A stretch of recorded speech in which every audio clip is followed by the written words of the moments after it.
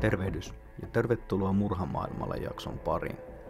Jaksot sisältävät yksityiskohtaista raakaa väkivaltaa, kuolemaa sekä muita brutaaleja tekoja. Jos olet herkkä tällaiselle, en suosittele kuuntelemaan. Kaikki jaksot ovat K18.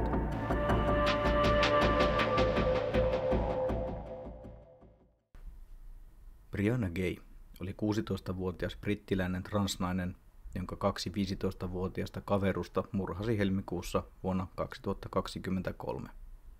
Teon motiivina olivat sadismi sekä viha transihmisiä kohtaan. Brianna Ghey syntyi marraskuun 7. päivä vuonna 2006. Teini-ikäisenä Brianna kärsi erilaisista mielenterveysongelmista, kuten ahdistuksesta, itsetuhoisuudesta ja syömishäiriöstä. Hänellä todettiin lopulta ADHD sekä autismi. Hänen äitinsä kertoi, että nämä sairaudet olivat heikentäneet Briannan kykyä tunnistaa vaaroja ja aiheuttivat ahdistusta. Brianna ei sairauksiensa takia voinut opiskella itsekseen, vaan vaati ohjausta sekä apua aikuiselta. Hän opiskeli myös erityisluokalla Birchwoodissa, jossa hän kohtasi toisen puukottajansa Scarlett Jenkinsonin. Briannan ystävät kuvailivat häntä auttavaksi nuoreksi, joka ohjasi muita transsukupuolisia turvallisesti hormoniterapiaan. Kerrotaan myös, että Briannaa kiusattiin vuosia väkivaltaisesti sekä häiriköitiin transfobian takia. Birchwoodin rehtori on kuitenkin antanut lausunnon, jonka mukaan mitään kiusaamista ei kuitenkaan tapahtunut. Brianna harrasti TikTokkausta, jossa hänen seuraajamääränsä vaihtelivat 11 000 aina 63 000. Scarlett Jenkinson kävi samaa Birchwoodin lukiota kuin Brianna Ghey. Jenkinson erotettiin edellisestä koulustaan Culkethin lukiosta vuonna 2022, koska hän toi koulun kannabidioleja sisältäviä tuotteita nuoremman luokkatoverin syötäväksi. Jenkinson sai tämän jälkeen paikan Birchwoodista, jossa tapasi ja ystävystyi Briannan kanssa. Vain 4 kuukautta cannabidioli-episodin jälkeen Jenkinson yritti murhata Briannan ensimmäisen kerran syöttämällä hänelle ibuprofeiinia. Jenkinsonin ja Ratcliffen välisistä tekstiviesteistä oli myöhemmin selvinnyt, että Jenkinson tunsi jonkinlaista pakkomielettä Briannaa kohtaan. Lastenpsykiatri haastatteli Jenkinsonia, joka kertoi, että hän pelkäsi menettävänsä Briannan. Menettämisen pelon takia Jenkinson halusi tappaa Briannan, jotta tämä pysyisi aina hänen kanssaan. Jenkinson myös kertoi psykiatrille pohtineensa ottamansa osia Briannan ruumista muistoksi, mutta mitään todisteita tästä ei löytynyt. Ennen murhaa Jenkinson oli kiinnostunut pahamaineista rikollisista, kuten Jeffrey Dahmerista sekä John Wayne Gacystä. Hän oli kirjoittanut muistiinpanoja heistä. Lisäksi Jenkinson oli katsonut Tor-verkosta kidutus- ja murhavideoita. Eddie Ratcliffe oli oppilas Jenkinsonin aikaisemmassa koulussa Culkethin lukiossa. Ratcliffen opiskelijatovereiden mukaan hän oli roolimalli ja sai huippuarvosanoja koulussa. Ratcliffe oli amatööripotkunyrkkeilijä, joka jopa kisasi Jamaikalla vuonna 2018. Häntä kuvailtiin älykkääksi, mutta sosiaalisessa tilanteessa vaivantuneeksi. Hänen tiedetään myös olleen yksinäinen.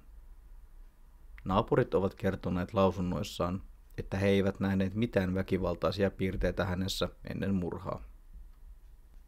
Ratcliffe keräsi miekkoja ja veitsiä. Murhaan käytetyn veitsen hän osti hiihtomatkaltaan Bulgariasta.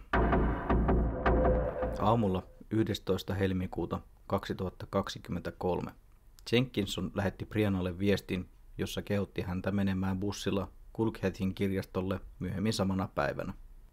12.45 Brianna tallentui ovikellokameraan poistuttuaan kotoaan Birchwoodissa.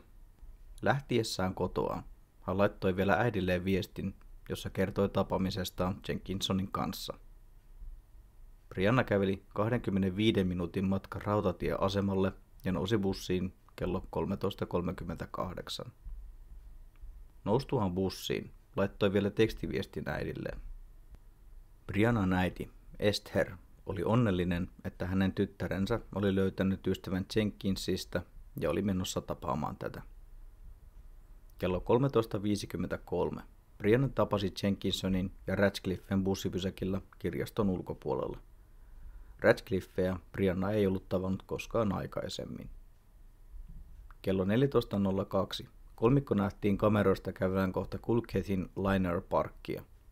Myös useat silminnäkijät näkivät kolmikon. Jenkinson esitti vaihtavansa Snapchat-viestejä huumedealerin kanssa ja sopi muka tapaamisen myöhemmäksi. Kello 14.30 Brianna lähetti viestin ystävälleen, jossa epäili Jenkinsonin huijaavan häntä huumekaupasta. Pian tämän viestin jälkeen Jenkinson ja Ratcliffe hyökkäsivät Briannan kimppuun veitsen kanssa. Teon jälkeen kaksikko huomasi pariskunnan koiran kanssa. Tajuttuaan, että heidät oli huomattu, he pakenivat paikalta. Pariskunta riensi paikalle ja huomasi Briannan makaavan maassa kasvot kohti maata ja vuotaen rajusti verta. He soittivat hätäkeskukseen kello 15.13. Ensihoito saapui paikalle, mutta kello 16.02 he julistivat Briannan kuolleeksi. Kuolinsyyn tutkimuksissa selvisi, että Briannaa oli puukotettu 28 kertaa. Iskut olivat kohdistuneet päähän, rintaan sekä selkään. Syyttäjä Liane Gallagher kuvaili hyökkäystä erittäin julmaksi. Poliisin tutkimuksissa selvisi, että ennen hyökkäystä Jenkinson ja Ratcliffe olivat suunnitelleet kuukausien ajan murhaavansa jonkun.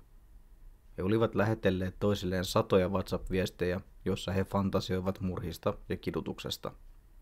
Heillä oli myös listattuna useampi mahdollinen uhri, mutta lopulta he päätyivät murhaamaan Briannan. 12. helmikuuta 2023 15-vuotiaista epäilyistä annettiin pidätysmääräys. Ratcliffe ja Jenkinson pidätettiin samanaikaisesti kodeissaan. Rikosylikomissario Mike Evans antoi lausunnon, jonka mukaan viharikoksen merkit eivät täyttyneet, vaan kyseessä oli vain kohdennettu hyökkäys. Myöhemmissä tutkimuksissa rikos muuttui kuitenkin viharikokseksi. Helmikuun 15. päivänä epäiltyjä syytettiin murhasta ja heidät määrättiin suoraan nuorisovankilaan. Heille ei annettu mahdollisuutta takuuseen. Seuraavana päivänä käytiin lyhyt oikeudenkäynti, johon epäilyt osallistuivat videoyhteyden kautta. Tuomari David Aubrey määräsi heidät pysymään nuorisovankilassa aina 2. toukokuuta asti, jolloin olisi uusi oikeudenkäynti. Oikeudenkäynti kesti 3 viikkoa ja päättyi 20. joulukuuta 2023. Oikeudenkäynnissä Jenkinson ja Ratcliffe syyttivät kilpaa toisiaan kauheasta teosta. Sekä Jenkins että Ratcliffe todettiin syylliseksi Brianna Cain murhaan. Valamiehistö keskusteli asiasta vain hieman alle 5 tuntia. Manchester Crown Courtissa pidettiin käsittely 2. helmikuuta 2024, jossa 2 teini-ikäisen tuomitun nimet kerrottiin julkisuuteen. Tuomari Amanda Yip oli sitä mieltä, että koska kyseessä oli niin poikkeuksellinen tapaus, niin on yhteinen etu kertoa tapauksesta ilman rajoitteita. Sekä Jenkinson että Ratcliffe tuomittiin kumpikin elinkautiseen vankeuteen. Jenkinsonin vähimmäisrangaistus on tuomion mukaan 22 vuotta ja Ratcliffen 20 vuotta.